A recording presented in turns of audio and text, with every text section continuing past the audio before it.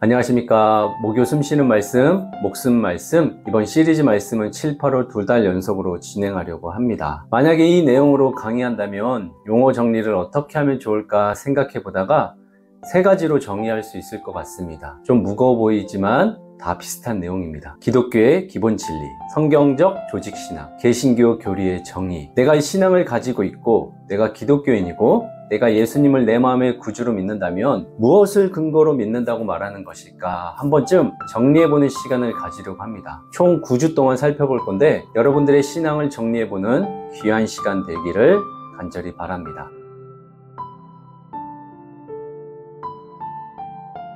오늘 첫 번째 시간, 신론, 그분의 존재에 관해서 말씀을 살펴보도록 하겠습니다. 조직신학의 신론은 기독교 신앙의 출발점이자 근본입니다. 신론은 하나님에 관한 연구로서 하나님의 존재와 본질, 속성, 이름, 그리고 피조물과의 관계를 체계적으로 다룹니다. 하나님의 본질을 더 깊이 이해하려면 그분의 속성에 대해 살펴볼 필요가 있는데 하나님의 속성은 크게 비유적 속성과 공유적 속성으로 나눠집니다.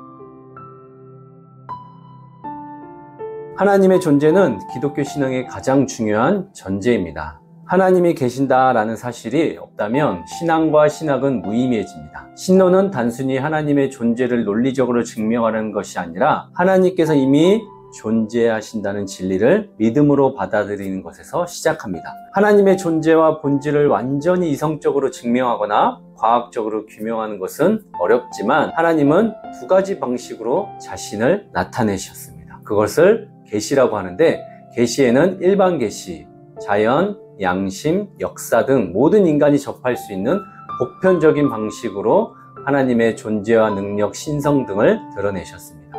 이 계시를 통해 우리는 하나님의 존재와 창조 질서를 어느 정도 인지할 수 있지만 그분의 본질과 구원의 길, 하나님과의 관계에 대한 온전한 지식은 얻을 수 없습니다. 또 하나 반면 특별 계시는 하나님께서 직접 말씀하시고 성경을 통해서 예수 그리스도를 통해 자신을 드러내시며 꿈이나 환상 등 초자연적인 방법으로 자신을 계시하시는 방법입니다. 즉 우리가 누구이며 왜 이 땅에 존재하는지 하나님과 어떤 관계를 맺는지에 대한 근본적인 답을 특별 계시를 통해 가장 분명하게 드러낼 수 있습니다. 사람들은 종종 삶이 흔들릴 때 나는 누구인가? 이 모든 것의 시작은 무엇 때문인가? 라는 질문에 부딪힙니다.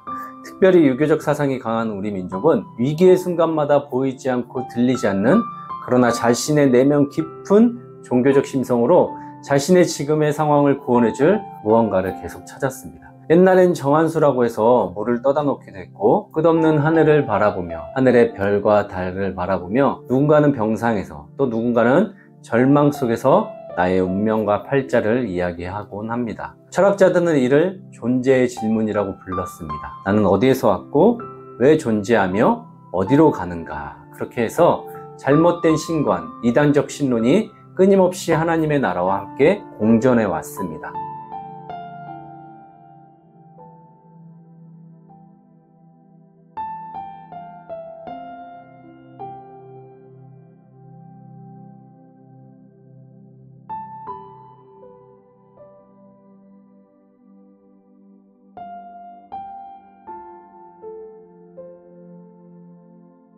이러한 신과는 성경이 말하는 하나님과는 다르며 하나님의 자존성, 초월성, 인격성, 불변성 등을 부정하거나 약화시킵니다. 그런데 성경은 이 질문 앞에 인간에게 단 하나의 대답을 제시합니다. 하나님은 모세에게 이렇게 말씀하십니다.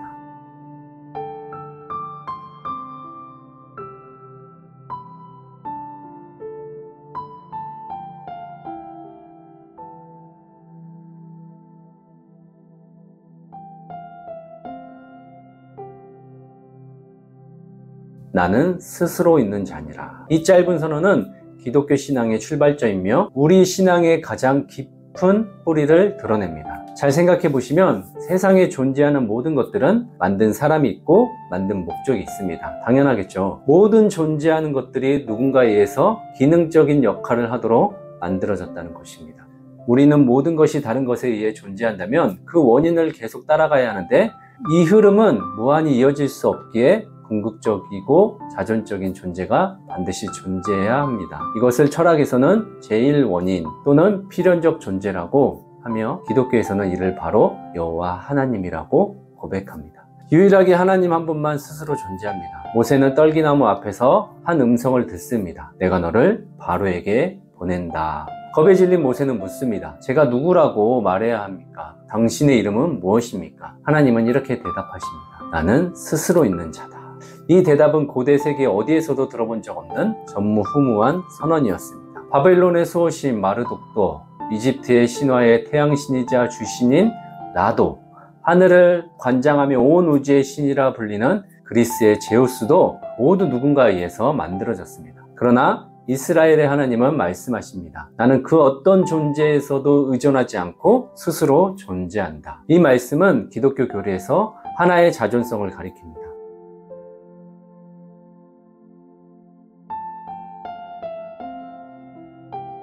하나님은 원인이 필요하지 않으신 분입니다. 시간과 공간과 생명과 사상의 경계를 초월하는 분이십니다. 그리고 바로 이 하나님이 우리와 언약을 맺으십니다. 과학은 존재하는 세계까지는 설명하지만 왜 존재하는가? 그것에 대한 질문의 답은 하지 못합니다. 물질, 시간, 공간, 이 모든 시작이 있으며 이 모든 것은 다 의존적입니다. 인간은 부모 없이 태어날 수 없고 공기 없이는 숨을 쉴 수 없으며 누군가의 말 한마디에 상처받고 흔들리는 존재입니다. 그러나 하나님은 다릅니다. 그분은 스스로 존재하시며 그 존재 안에 모든 생명을 담고 계십니다. 제가 감히 말씀드리는데 만약에 하나님을 창조한 무언가가 있다면 그것을 믿으십시오. 어떤 종교적, 철학적, 우주론적, 목조론적, 도덕적 다 가져다가 말해도 하나님 전에 무언가가 존재했고 하나님이 필요에 의해서 누군가에 의해서 만들어졌다면 그것을 믿으란 말씀입니다.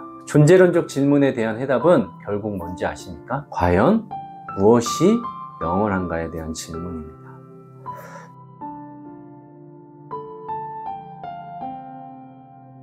사라지지 않고 퇴색되지 않고 변질되거나 바뀌지 않고 영원한 것이 무엇인가입니다. 그리고 기독교는 이렇게 답합니다. 영원한 분은 단 하나, 하나님이시다. 그렇기에 모든 존재는 하나님께로부터 왔고 하나님께로 돌아갑니다. 저 박정우는 하나님으로부터 났으며 마지막에 다시 하나님께로 돌아갑니다. 이 믿음으로 저는 구원을 받았습니다.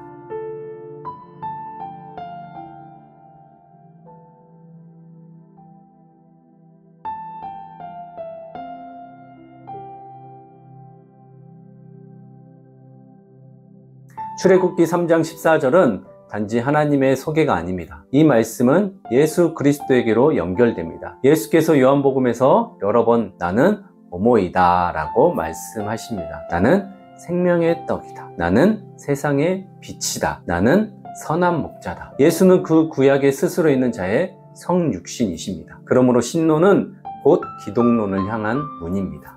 신론에서 하나님의 이름은 단순한 호칭을 넘어 그분의 본질과 존재 그리고 인간과의 관계를 드러내는 중요한 의미를 갖습니다. 하나님께서 모세에게 자신의 이름을 알려주실 때 나는 스스로 있는 자라고 하셨습니다. 이 표현은 단순히 내가 나다라는 의미가 아니라 하나님은 그 누구의 정의나 설명에도 제한되지 않는 절대적인 존재임을 드러냅니다. 즉 하나님은 인간의 언어나 이성, 시간, 공간을 초월하여 스스로 존재하시며 그분의 본질은 인간이 완전히 포착할 수 없는 신비입니다. 이름은 권위와 소유 그리고 관계를 나타냅니다. 누군가 내 이름을 부를 때 그를 불러내고 관계를 맺게 됩니다. 하지만 하나님은 자신을 이름 없는 이름으로 계시하심으로써 그 누구도 자기 뜻대로 하나님을 불러낸다거나 소유할 수 없음을 보여주셨습니다. 하나님의 이름은 그 자체, 그분의 유일성, 절대성, 초월성을 상징합니다. 하나님의 이름의 뜻은 하나임을 드러냅니다. 유일한 절대자로서 하나님은 그 어떤 존재와도 비교할 수 없으며 모든 존재의 근원이 되십니다. 이 점에서 신론은 하나님의 유일성과 절대성을 계속 강조합니다. 천주교에서 사용하는 하나님은 하늘에 계신 분이라는 의미에서 유래했습니다. 하늘님에서 리을이 빠진 형태로 유교적 사상이 짙은 우리 민족이 하늘신앙, 하늘님 이렇게 그 신앙과도 연결되어 있습니다. 이러한 명칭은 한국적 문화적 맥락에서 하나님을 이해하고 표현하는 한 방식입니다. 하지만 신학적으로 볼 때 하느님, 하나님은 단순히 하늘에 계신 분이 아니라 모든 존재의 근원이며 유일한 절대자임을 명심하셔야 합니다. 하나님은 모든 장소와 모든 사람에게 내주하시는 분이시지만 그분은 어떤 특정 공간이나 집단에 제한되지 않으십니다. 이 점은 신론에서 강조하는 하나님의 편재성과 초월성을 잘 드러냅니다. 즉 하나님은 전 세계, 심지어 우상 숭배가 일상인 그런 나라에서도 계십니다. 그분의 존재 자체는 피조 세계를 초월하기 때문입니다.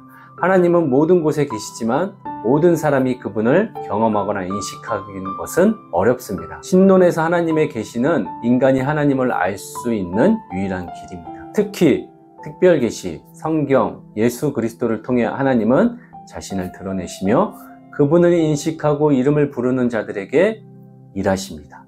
이것은 신론이 단순히 하나님의 존재를 논리적으로 증명하는 것이 아니라 하나님이 자기 계시의 기초에 있다는 점을 잘 보여줍니다. 하나님은 우리가 부르면 응답하시는 분이 아니라 우리의 신앙적 열심이나 노력으로 만나는 분이 아니라 하나님은 먼저 이름 없이 인간의 기대나 정의를 넘어서 우리 삶에 다가오십니다. 이것은 신론이 강조하는 하나님의 절대 주권과 은혜의 우선성을 잘 드러냅니다. 우리는 하나님의 이름을 붙들고 살아가는 자입니다. 이것은 신론이 신앙의 출발점임을 보여주며 삶이 흔들림 속에서도 하나님만이 우리의 시작과 끝, 알파와 오메가임을 신뢰하게 합니다. 하나님의 계시를 통해 그분을 만나는 것은 신론의 핵심적 실천입니다. 마지막으로 이 신론은 단지 머리로 아는 지식에 그치는 것이 아니고 우리의 삶과 신앙에 실질적인 영향을 미칩니다. 제가 한번 세 가지만 추려보겠습니다. 첫 번째는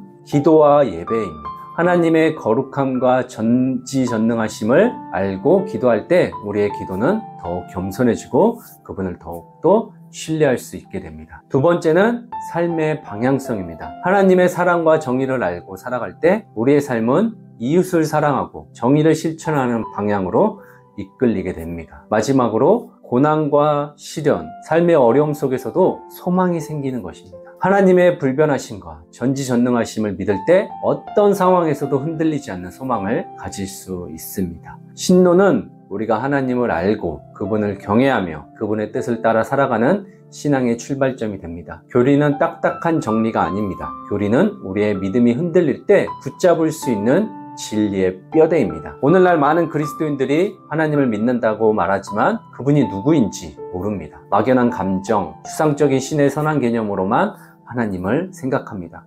그러나 교리는 말합니다. 하나님은 인격적이며 스스로 존재하시며 창조주이시며 우리에게 찾아오시는 분이십니다. 신론은 모든 신학의 출발점입니다. 신이 누구인지 모른다면 인간이 누구인지, 구원이 무엇인지, 또 교회는 어떤 역할을 하게 되는지 알 수 없습니다.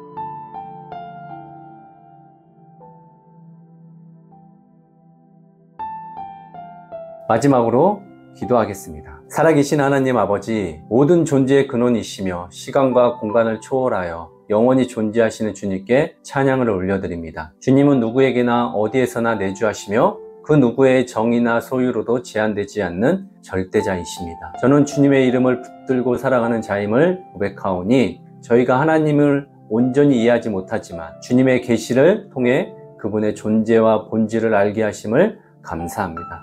이 땅에 존재하는 이유와 주님과의 관계에 대한 근본적인 답을 주신 주님께 감사드립니다.